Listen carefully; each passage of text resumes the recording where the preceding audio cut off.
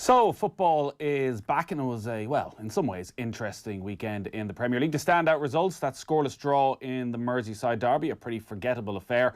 Arsenal beaten twice away from home in their opening two matches and a real hammer blow against Brighton in the last minute.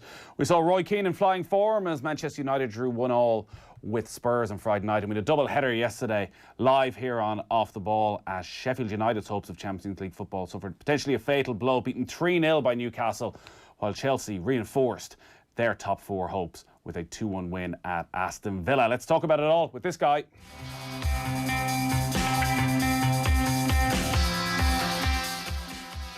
Pat Nevin, come on in. How are you? I'm great. Those of you who have watched many things before will notice there's a different background. Yeah. Football's back and you're at the football.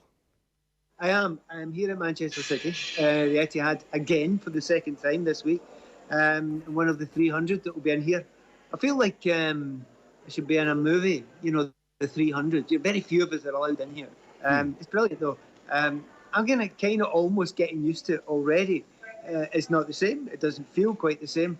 I mean, at this point in time, the build-up to the game, you can accept it, that it's a bit empty, but then it never fills up. It's dead weird, but it's back into it now. There's been good games, there's been bad games. You get that every week. And it's the teams that can cope with it best. That's the ones that are going to deal with it. And indeed, the broadcasters that can deal with it best as well, because I'm sure you know the feeling. You've done plenty of commentaries yourself, Nathan. It's different, isn't it? Yeah. Trying to generate excitement when the crowd aren't there to back you up, you can sound a little bit foolish at times. But here, it's better than where we were a week ago, that's for sure. So we'll take it. What is the matchday experience like then? How different is it from where you were 3-4 months ago? Can you talk us through arriving at the ground and what processes you need to go through? Oh, well, the last time I came here for the Arsenal game, it took me 45 minutes to get from my car to this seat. But that's 45 minutes. It's only 50 yards away. It's much closer than the old car park. You're right inside the stadium now, so you're socially distanced in the cars. That's the first thing. Then you get your temperature checked, and you have to check all your badges, and then you go. There was 12 checks last week to get, or earlier in the week to get in. There was only 8 today, so they're kind of smoothing it out a little bit. So you get in. So it's weird. It's kind of different in simple ways, right? So microphone, as you can see, that's my own one, which I've had to bring. You only have to bring your own. When I'm not talking, I've got a mask on, everything. Here's the most unusual thing. You bring your own food and your own coffee and tea and stuff as well. Well, this is a new normal that I can't get on board with at all, because the Etihad legendary for the feast that it will put on. You're absolutely right. There's certain places you go and you think, oh, give me that game. I mean, Arsenal's brilliant, Chelsea's fantastic for the food, but this place is brilliant as well. Nothing. Not even a cup of tea. Anyway, this is all a complaint. I know I'm so lucky to be in here. And to be fair, in reality, I watch football because I want to watch good football. I want to watch good football players. And when I watched the game last week, here, Kevin De Bruyne was off his scale. He was absolutely fantastic. So I was buzzing after that game. And even after yesterday's games, there was ups and downs. I mean, if you're Evertonian, you're delighted with the fact they got a point. That was something. They nearly sneaked the 3 points at the end, you know, just very, very unlucky. Those hitting the post, and also nearly was Calvert-Lewin, I think, nearly got on the end of it as well with his little back flick. So, you know, good for them. But I was covering the Chelsea game as well, and the Chelsea game, that was extremely interesting to watch how Chelsea played and some of the decisions that Frank Lampard made. Considering, as you mentioned earlier in your build-up there, Sheffield United, I mean, but you had Spurs couldn't win their games. Man United haven't been winning their games. You just go through them all. Arsenal follow. I mean, Arsenal below Burnley. I mean, what? Really? Is that where it is now? So everything was waiting for Chelsea. They wanted to get that little bit of a jump because obviously they'll be playing against Manchester City in a few days' time. So it was a big, big win for Chelsea, and they deserved the win. But many times you watch Chelsea this year and they completely dominate the game and then get beat 1-0. Or they managed to find a way around it this time, and it was interesting to see some of Frank's decisions. Yeah, go on, talk to us about them, because we're looking forward. We're doing commentary of Chelsea against Manchester City, and who knows the way things work out. If Chelsea continue their good form, they may win Liverpool the title that night. The last game we did live from the ground here and Off the Ball was Chelsea's victory against Everton. And I remember in the build-up to that game, you're looking at the two teams, and he was missing Kovacic, Kante, pretty much his entire first-choice midfield. Jorginho didn't play, and you were looking at the experience of Everton and thinking Chelsea are going to really struggle here, and they blew Everton apart. so impressive. And again, yesterday, you're talking about the tactical decisions. What did he do yesterday, Lampard? A couple of big things. Jorginho's still not available, but Kante went and played in his central role again, his initial role, sitting in the back of the three. Well, starting there, but basically playing everywhere. He was absolutely brilliant. Has to say, Mason Mount, Ruben Loftus-Cheek finally getting back. Both of them were very, very good, but particularly Mason Mount was extremely good. And then Kovacic's the other side. And then you're looking at that bench they've got there and you're thinking, well, Billy Gilmore, he could walk into it as well. Jorginho's got to come back. They have got all sorts of options in that midfield. It's incredible. But a couple of things he made big decisions on. I think most people expected to start with Tammy Abraham. He didn't. He stuck with Olivier Giroud. Lots of raised eyebrows at that big call, but an even bigger call. He made a substitution and didn't take Giroud off. What happened? Giroud stays on and ends up scoring the winner. Who was the player he brought on? Pulisic. He comes on and scores. And you're thinking, well, it's not necessarily the way I'd have done it, but he did it, and it worked out a treat. Now, sometimes managers have to get lucky, but he made so many good decisions, surprising decisions yesterday. Frank Lampard put Azpilicueta right back. It sounds like a small thing, right? But he's up against the main player. He's up against Grealish. Now, Reece James, no one done him this year. You think, why don't you just stick Reece James there and cross lots of balls in? So I thought that was a mistake at the start of the game. End of the game, hardly a kick Grealish got in the final third of the Chelsea half, and both goals were actually created by Azpilicueta, one from the right-hand side and one from the left-hand side of the byline. And what on earth Azpilicueta is doing there as a right-back in open play on the left wing, it tells you something about Chelsea. They're good fun to watch. Yeah, they are good to watch, aren't they? They are that stage, surprisingly for Chelsea, considering what's gone on over the last 15 years. They're a lot of people's second favourite team right now because there's so many exciting young players. You touched on quite a few of them there, but talk a bit more about Mason Mount, because every time you watch him, you're more and more impressed. And what's his best position? Where do you see him fully ending up when Chelsea, say, next season, they've made all their signings, the likes of Ziyech have come in, the likes of Werner come in. Where does Mason Mount fit into that side? How do you get the very best out of him? Well, if you're playing, which he generally plays a 4-3-3, he'd rather be left of the three. He likes to play a lot of the time as the front of a diamond, almost as a 10. But name me any player who doesn't like playing there. Chelsea have 8 players that want to play there, and so have most teams anyway. I think the thing is his adaptability. That's it. You can play him further forward as a left, not exactly winger, but left attacker. He's great at arriving in the box. He can play that left midfield role. He's perfectly comfortable. I've watched him play once as a sitting midfield. It was fine there as well. So anywhere across the midfield, even right midfield. So you've got a player who's great quality wherever he goes. Funnily enough, the best game I've watched him, one of the best games I've watched him, he played right-hand side of the midfield. And he's only started there once. So there is no best position for him. And that's the joy of him. Wherever you need that, and it's not even a gap fill, wherever you need a power, you'll stick him in there. But who knows what the best position or the most regular position for him is going to be. A lot of people have been talking about Ruben Loftus-Cheek coming back. Now, he's got a lot going for him, Ruben Loftus-Cheek, but he must look at all the players in front of him, just sticking Ziyech on top of that as well. Chelsea have just got too many. Now, Pedro will lose at the end. He will leave at the end of the season. But I would have said to you 24 hours ago, so will Willian.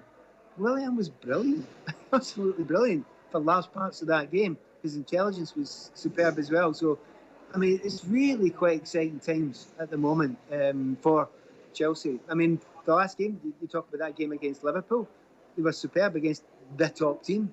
The last time they played against Manchester City, Chelsea had more possession than Manchester City. When have you ever said that against anyone? So I'm pretty excited, not just because I've got feelings for Chelsea, but the fact that I like watching good teams and good players that have got that that spirit of, right, okay, you attack us, we'll attack you. The last game I seen before I went to see them play against Leicester, it was up at Leicester. It was 2-2 in the end. And honestly, it's as if Brendan Rodgers had met up with Frank Lampard before and said, right, we're not doing tactics today. We're just having a big 11 this side and having a go at it. And you know what? Sometimes you get a bit fed up with too much tactics. It was absolutely brilliant. So Chelsea at the moment, they're in that position, their 4th position. They deserve to be. They really deserve to be in that position. It's up to everyone else to catch them. I was glad to hear you say there were good games and there were bad games over the weekend, like any other weekend, because it feels as though a lot of people maybe were drinking the Kool-Aid over the last few months and maybe listening to the governments. It's going to raise the morale of the nation, and suddenly every match was going to be this free-flowing, entertaining game. And it turns out, Bournemouth against Crystal Palace quite often isn't a classic. It's just another game of football, and it's all perfectly fine. So, what were the games that stood out? What were the moments of the weekend that you could really take note, considering we are just back? Newcastle's a big jump, obviously. A real surprise to get the 3 goals as well. It was beginning to show a little bit just before the break, and you thought, well, can they keep that going? But that's a serious lift for Newcastle, and that was a big win for them. But to be honest, I was here. By the way, in case anyone doesn't believe it, might as well have a look. We are here, honestly. Pitch looks good. Yeah, the pitch looks good. The other thing is, see that scene I'm showing you there? That was actually a wee bit more exciting than some of the games that we saw. And it's true, and it's just the way it is. But it was a couple of things. Watching Arsenal now, particularly the game out here, now they were really lucky in some ways. They got some bad injuries, and that was a hard one for them to take. They've not got the deepest of squads anyway. Guendouzi's in big trouble as well after that. And you look at the job he's got to do now, and he would have been thinking, before Arteta would have been thinking before the restart, right, I've got everyone back. Oh, this is brilliant. We've got Kieran Tierney back. We've got everyone. Well, let's see what we can do. 2 games into it, you're about 5 players down, and you're a mess. It's a shambles looking just now. And at the moment, the knives aren't out for him. He'll get obviously plenty of time, Arteta. Get a chance to shape that squad. At the moment, it looks as if it needs a massive amount of work. You're talking about the Spurs stuff and other teams are chasing for it. You're not thinking about Arsenal for certainly not top 4 and top 6. A massive push. And you could be here all night talking about the issues that he faces, both individually, but also just the mentality of the players at the club and how it feels like there's a free-for-all when it comes to a pylon on Arsenal. It's so rare you hear opposition players be really critical of other professional players. But we saw Troy Deeney last year questioning the mentality, and then Neil Maupay having a right old pop at them again as to what type of character was within that Arsenal dressing room. Are those players right? When you look at that Arsenal group, is there a real weakness mentally there in that group of players? There may well be. I've talked many times in you've talked before. I've loved David Luiz over the years, but he was just so slack in the game that he played here. When he came on as substitute, it just wasn't up for it at all. He had the classic one. Dropped, comes on the sub, gives away a goal, gives away a penalty and gets sent off. That is better than the Holy Trinity. That's all for. So nobody can defend him in that. But he just looks slack. And you cannot do that in the Premier League. You have to be up for it. And, Ozil not playing just now, we know the stories behind that. But looking at the players, you think, how many of them look like a group, look like a team, look like a unit all working together? And there's few. I'll tell you what, Guendouzi's all right. He's one of them. I'm not going to have any complaints about him for any limitations he's got as a player. I'd have him every week because at least he'll put it about and at least he cares. And I think they need a lot more players like that through the spine of the team. And I watched the game again out here against Manchester City. And I was watching players like Lacazette and Aubameyang to some degree. Do you know when they play, when they fancy it, they are unbelievable. But boy, they better fancy it. Because when they don't fancy it, they look as if they don't want to put in a 50-50. They're not going to take any chances, injure themselves for the team. And that's just not acceptable. Not to this level. You can maybe carry one player like that in the team. See if you get 2, 3, 4 throughout the team, which they have had already this season. You're going to get they'll call them out on it and they'll just say, you're not as hungry as us. You're not desperate as us. You're not going to fight the way we're going to fight. Now, Maupay, to be honest, it kind of hurt slightly to get behind him too much because he behaved not particularly well. There's nothing wrong with the challenge for the goalkeeper. That's fine. It was the other stuff, the sneaky stuff that he was doing and throwing himself about. So I'm not got a lot of time for players that do that. But he's absolutely right. He'll fight. And so will the rest of them all fight. And that's the problem that Arsenal have got just now. And it's kind of a problem they've had maybe for a wee while. You get the feeling it's a root and branch change that you've got to make there. It's not going to be easy. One of the better games of the weekend was Friday night and the 1-1 draw between Spurs and Manchester United. And on the one hand, you had Roy Keane at half-time unloading and David De Gea and Harry Maguire. And then you had the second half and Paul Pogba's introduction and a huge amount of praise and questions now as to just how far himself and Bruno Fernandes can bring United. Kenny Cunningham was on Saturday's show talking about just that. I might play it to you here, Pat. I jump in, yeah. Well, it's interesting. Well, the question that John poses there, what's his best position? It's an easy answer, to be honest. The position we saw him play last night when he came on the pitch as a number 8 alongside Fernandes with a holding midfielder sat behind. That's your classic V-shaped in midfield. And that's the best position for Pogba and Fernandes Because if they play consistently in that position for Manchester United from the start of next season, you're looking at two midfield players who will probably guarantee between 20 and 30 goals and probably the same in assists. And that's absolutely huge. That's as good as any pairing that you'll see in world football. And I'd include Liverpool on that. Liverpool couldn't compete with midfielders of that quality. So that's Kenny Cunningham talking on Saturdays off the ball there about Paul Pogba and Bruno Fernandes.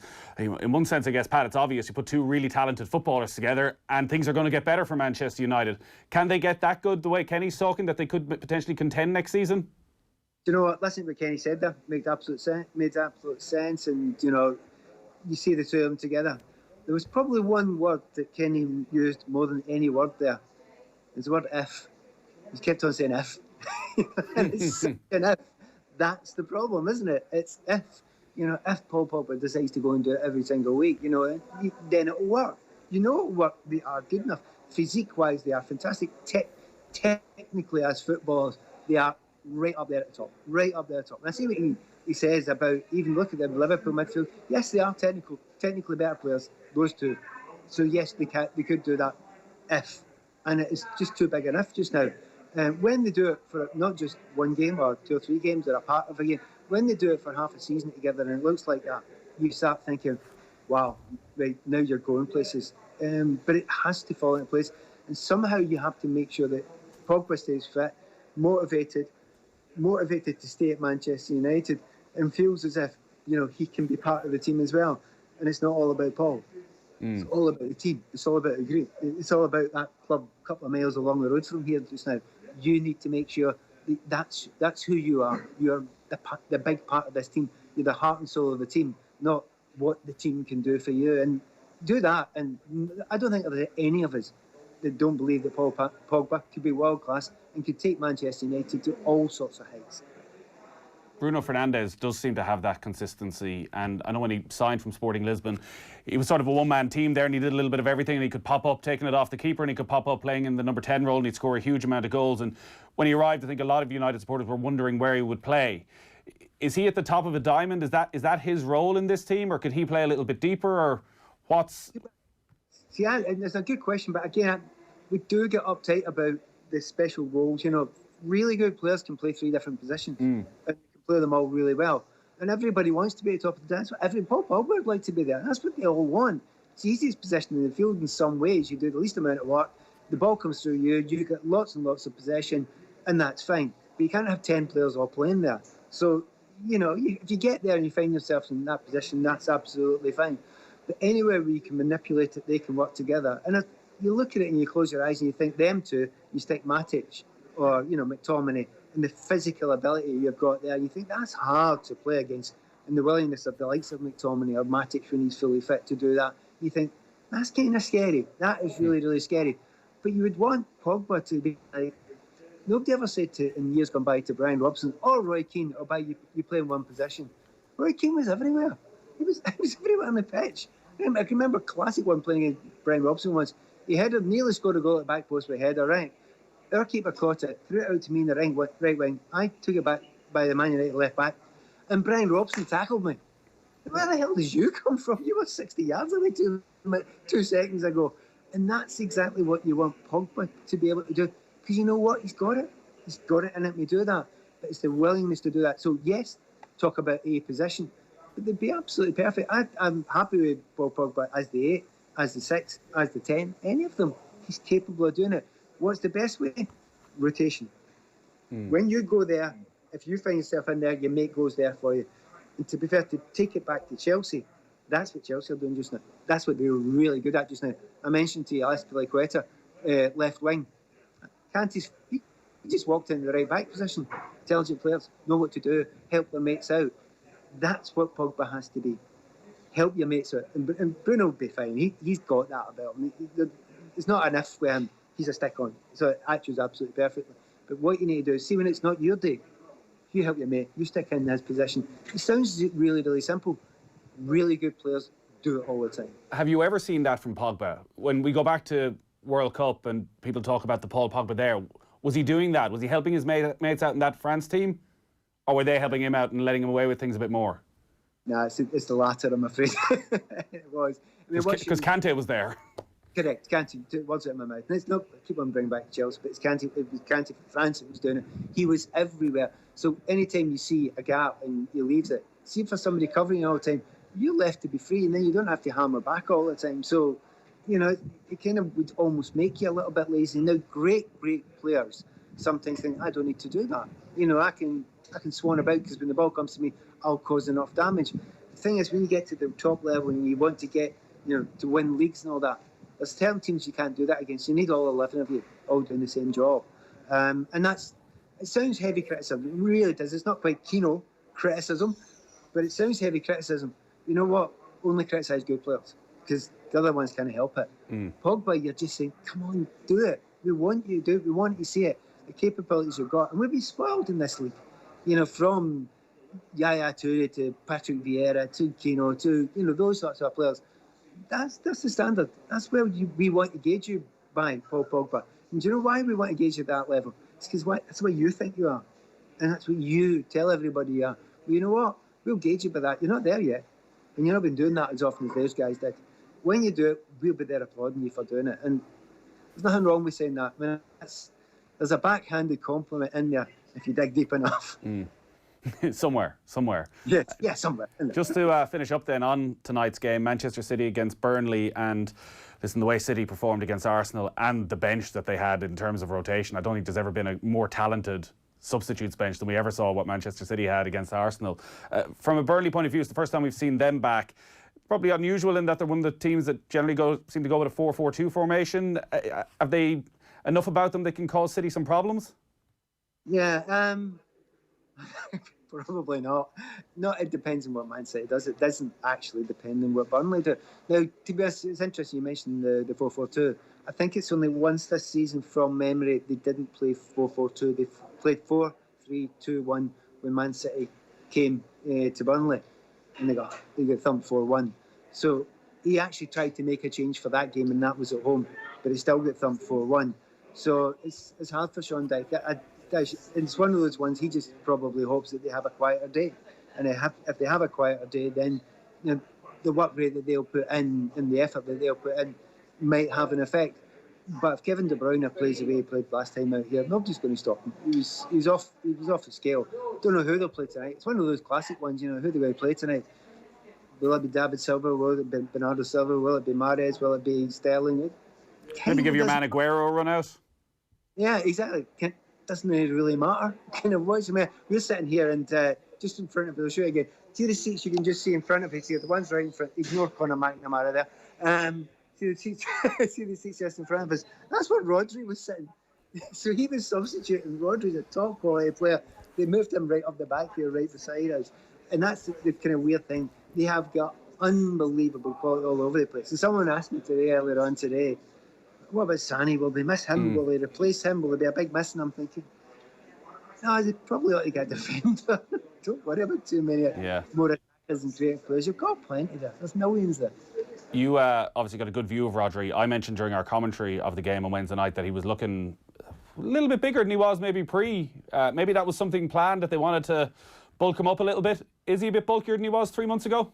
You know, I'm kind of wary of saying this because some players come back and you think, I wonder. You think in a modern game, surely they wouldn't come back a wee bit timber there, Do you imagine it couldn't happen? I don't know if you watched the game yesterday. I love John McGinn, right? I adore him. Being a Hibs fan and watching him come through, it was absolutely brilliant.